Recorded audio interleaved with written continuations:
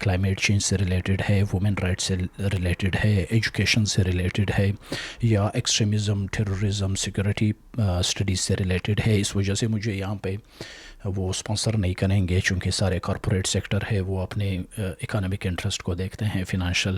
تو یہ تھی ریکوائرمنٹ. 2 سیٹس میں نے اس کو ڈیوائڈ کیا کہ سب سے پہلے آپ کے پاس یعنی ایڈوانس ڈگری ہونی چاہیے، اور دوسرا آپ نے وہ 3 جو ہے وہ ریکوائرمنٹ پورے کرنے دوسرے سیٹ میں. سب سے مشکل کام اس میں ہے اپنا کور لیٹر لکھنا اور ریکمنڈیشن لیٹر ڈھونڈنا.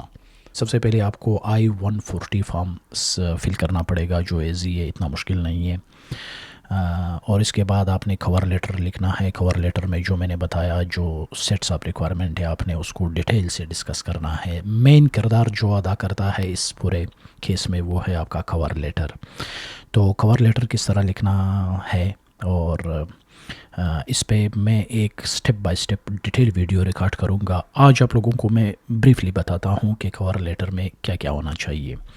کور لیٹر میں تقریباً 4-5 چیپٹرز ہوتے ہیں. پہلے چیپٹر میں آپ ایڈوانس ڈگری کا ذکر کریں، آپ کے پاس کون سی ایڈوانس ڈگریز ہے. اور یہ کیس جب آپ لڑ رہے ہوتے ہیں تو یہ تقریباً آپ اپنی ڈگری کے بنیاد پہ لڑ رہے ہوتے ہیں، ایڈوانس ڈگری کے بنیاد پہ. یہ جو ریسرچ ہونی چاہیے اس کا مین کردار ہوتا ہے سائٹیشنز کا. اگر آپ نے کوئی ریسرچ ورک کیا ہے اور اس کے کتنے سائٹیشنز ہیں، ابھی یہاں پہ ڈسکشن ہو رہی ہے کہ کم سے کم کتنے سائٹیشن ہونے چاہیے. دیر از نو اینی اسٹرکٹ ریکوائرمنٹ کہ کتنے سائٹیشن ہونے چاہیے. اگر آپ کا ایک بھی چھوٹا سا ریسرچ ورک ہے اور وہ اچھا ریسرچ ورک ہے تو ایک ریسرچ ورک بھی کافی ہے. اور اگر آپ کا اس ریسرچ میں ایکسپیرینس بھی ہے 5 سے لے کر 10 سال تک تو ویل اینڈ گڈ. اور اس کے بعد آپ جو ہے وہ ایکسیپشنل ایبلٹیز کا ذکر کریں کہ کون کون سی ایکسیپشنل ایبلٹیز ہے آپ کے پاس. ایکسیپشنل ایبلٹیز میں آپ یعنی بتا سکتے ہیں اپنے ایکیڈمک ریکارڈز، اپنے سرٹیفیکیشن اسی فیلڈ میں، اور آپ کے جو اچیومنٹ ہے، گولڈ میڈلسٹ ہیں آپ، یا آپ کو رول آف آنر ملا ہے، یا کوئی سرٹیفکیٹ آف اپریسیشن، جتنی بھی چیزیں آپ نے لی ہے اسی ڈگری کے ساتھ آپ ان چیزوں کا بھی ذکر کریں. تو پھر آتے ہیں دوسرے چیپٹر کی طرف. تو دوسرا چیپٹر اس میں آپ ذکر کریں کہ کون کون سے انڈیورز ہیں جس کا میں پرسیو کروں گا یہاں پہ امریکہ میں، اور اپنے انڈیورس کو بریفلی ڈسکرائب کریں کہ میں یہ ریسرچ کرنا چاہتا ہوں، یا یہ نان پروفٹ کا کام کرنا چاہتا ہوں، یا کوئی اس طرح کی انڈرٹیکنگ ہے میری یہاں پہ امریکہ میں. اس کو بریفلی آپ ڈسکرائب کریں. اس کے بعد پھر آپ یہ ثابت کریں کہ یہ انڈیورز جو ہے وہ سبسٹانشل میرٹ کے ہیں، یعنی یہ انڈیورز جو ہے وہ کوئی ویسی ہوائی باتیں نہیں ہیں، اور اس کی اہمیت ہے ایکیڈمیا میں بھی اور مارکیٹ میں بھی اور اسٹیٹ کے حوالے سے بھی. یہاں پہ ایک بات میں بتانا چاہوں، چونکہ یہاں پہ آپ نیشنل انٹرسٹ کی بنیاد پہ ویور کا تقاضا کر رہے ہیں، تو آپ کا ہر سنٹینس، ہر پیراگراف مسٹ اسکریم آپ نیشنل انٹرسٹ. آپ کو ہر چیز جو ہے وہ امریکن نیشنل انٹرسٹ کے ساتھ اس کو الائن کرنا ہے. تو یعنی آپ اپنے وہ پروپوزڈ انڈیورس کا ذکر کریں مختصر الفاظ میں. پھر آپ بتائیں کہ یہ جو میں انڈیورس کر رہا ہوں یہ سبسٹانشل میرٹ کے، اس کا ذکر کریں اور ثابت کریں، بتائیں کہ اس کی اہمیت کیا ہے نیشنل لیول پہ، ریجنل لیول پہ، گلوبل لیول پہ. پھر اس کو امریکن انٹرسٹ کے ساتھ سارے یعنی اپنے انڈیورس کو لنک کریں. تو یہ ہوا آپ کا چیپٹر نمبر 2. تو تیسرا چیپٹر کا سبجیکٹ میٹر یہ ہونا چاہیے کہ I am well position to advance these endeavours. یعنی آپ یہاں پہ ذکر کریں کہ میں ہر حوالے سے ایکوپڈ ہوں. اگر میں اکیڈمیا میں کام کرنا چاہتا ہوں، اگر میں ریسرچ میں کام کرنا چاہتا ہوں، تو یہ میرا بیک گراؤنڈ ہے. I am well position to advance this یعنی انڈیورس. تو یہاں پہ جتنے بھی پیراگرافس آپ نے لکھنے ہیں اس میں آپ نے بطور ثبوت ایک ریکمنڈیشن لیٹر یا سرٹیفیکیشن کا ذکر کرنا ہے. جو بھی پیراگراف ختم ہوا اسی میں لکھے. فار ایگزامپل Annex 1 یا Exhibit 1، وہاں پہ فائل کے لاسٹ میں پھر وہی ایک ریکمنڈیشن لیٹر آپ لکھے، اس کو بھی اسی طرح لیبل کرے کہ یہ it is Exhibit 1 from paragraph 1. تو اس پورے کیس میں ریکمنڈیشن لیٹر کا بہت بڑا کردار ہوتا ہے. آپ نے پروفیسر سے اور اپنے جو ٹیچرز ہیں اور اپنے امپلائرز ہیں ان سے اپنے ریکمنڈیشن لیٹر لکھنے ہیں. جو بھی آرگومنٹس آپ نے دینے ہیں انہیں آرگومنٹ کو پروو کرنے کے لیے آپ نے ریکمنڈیشن لیٹر لکھوانے ہیں پروفیسر سے، اپنے یعنی سکسیسفل پرسنز جو آپ کو جانتے ہیں پروفیشنلی یا اکیڈمیا میں آپ کو جانتے ہیں. اور چیپٹر نمبر 4 میں آپ یعنی آن بیلنس آپ نے یہ ان کو دلیل دینی ہے کہ it would be beneficial to the U S A to view job offer and labour certification requirement. آپ وہاں پہ مختصراً ان کو بتا دیں، 3-4 پیراگراف کا چیپٹر ہونا چاہیے. آپ ان کو بتا دیں کہ اگر مجھے یہاں پہ وہ جاب دیتے ہیں تو جاب مارکیٹ پہ اثر نہیں پڑے گا. اگر مجھے یہ ویور دیتے ہیں تو آپ ان کو بتا دیں کہ کیوں آئی ایم ایلیجیبل فار ویور.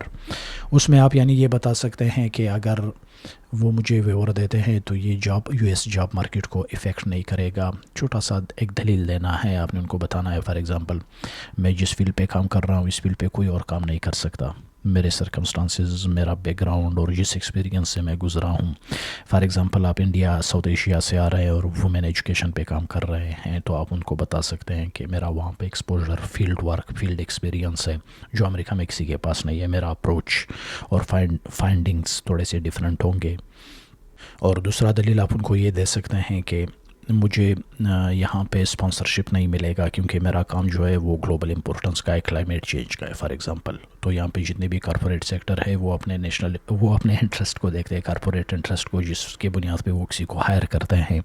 میرا کام جو ہے وہ ایک ویلفیئر کا کام ہے فار ایگزامپل، یا گلوبل امپورٹنس کا کام ہے، یا کلائمیٹ چینج کا ایشو ہے، یا وومن ایجوکیشن کا ہے، یا پولیٹیکل نیچر کا ہے، جس کے بنیاد پہ مجھے اسپانسر نہیں مل سکتا. اسپانسرز جو ہے وہ صرف منیمم ریکوائرمنٹ کو مد نظر رکھ کے کسی کو ہائر کرتے ہیں. میرا کام جو ہے وہ ایک ایکسٹراڈنری کام، ایکسیپشنل کام ہے، اس وجہ سے مجھے اسپانسر نہیں مل سکتا اور مجھے نیشنل انٹرسٹ ویور دیا جائے. تو یہ ہوا چیپٹر نمبر 4.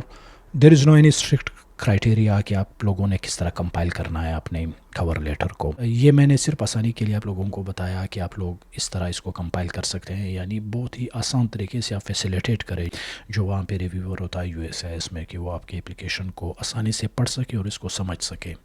پھر لاسٹ میں آپ کنکلوژن لکھے، کنکلوژن میں ساری چیزیں سمرائز کرے کہ میں نیشنل انٹرسٹ ویور کا ڈیمانڈ کر رہا ہوں ڈگری کے بنیاد پہ اور پروگریسو ایکسپیرینس کے بنیاد پہ، اور اپنی ڈگری اور پروگریسو ایکسپیرینس اور ایکسیپشنل ایبلٹیز کو ثابت کرنے کے لیے میں نے ساتھ میں سارے وہ ثبوت لگائے ہیں، مائی سرٹیفکیشن اور ریکمنڈیشن لیٹر. پھر آپ ان کو بتا دیں کہ میں کس طرح یعنی سیٹ 2 کے ریکوائرمنٹس پہ پورا اترتا ہوں کہ میرے پروپوزڈ انڈیورز جو ہے وہ نیشنل امپورٹنس کے ہیں، اور میں ویل پوزیشنڈ ہوں کہ میں اس کو ایڈوانس کر سکوں اپنے پروپوزڈ انڈیورز کو، اور میں یعنی دا موسٹ ڈیزرونگ کینڈیڈیٹ ہوں کہ مجھے نیشنل انٹرسٹ ویور دیا جائے، کیونکہ یہ میرا کام جو ہے وہ ایکسیپشنل ہے، میرے سرکمسٹانسز ایکسیپشنل ہے. یہ شاید آپ لوگوں کو تھوڑا مشکل لگتا ہوگا کہ یعنی یہ بہت ہی پیچیدہ پروسیس ہے. بالکل پیچیدہ پروسیس نہیں ہے، بہت ہی جو ہے وہ سمپل الفاظ میں مختصر جتنا ہو سکے آپ لوگوں نے کور لیٹر لکھنا ہے. ڈیٹیل میں آپ لوگوں نے نہیں جانا، اور ریکمنڈیشن لیٹر بھی بہت سارے ریکمنڈیشن لیٹر اٹیچ نہیں کرنے. صرف ان لوگوں کے ریکمنڈیشن لیٹر ہونے چاہیے جو آپ کے لیے بہترین ریکمنڈیشن لیٹر لکھیں. 5-6 ریکمنڈیشن لیٹر جس میں وہ یعنی اگر آپ ریسرچ کر رہے ہیں جس میں وہ اس کی گواہی دے سکے، جو باتیں آپ کلیم کر رہے ہیں وہ ان کی گواہی دے سکے، اور یہ ایک ثبوت ہوتا ہے ان کے لیے.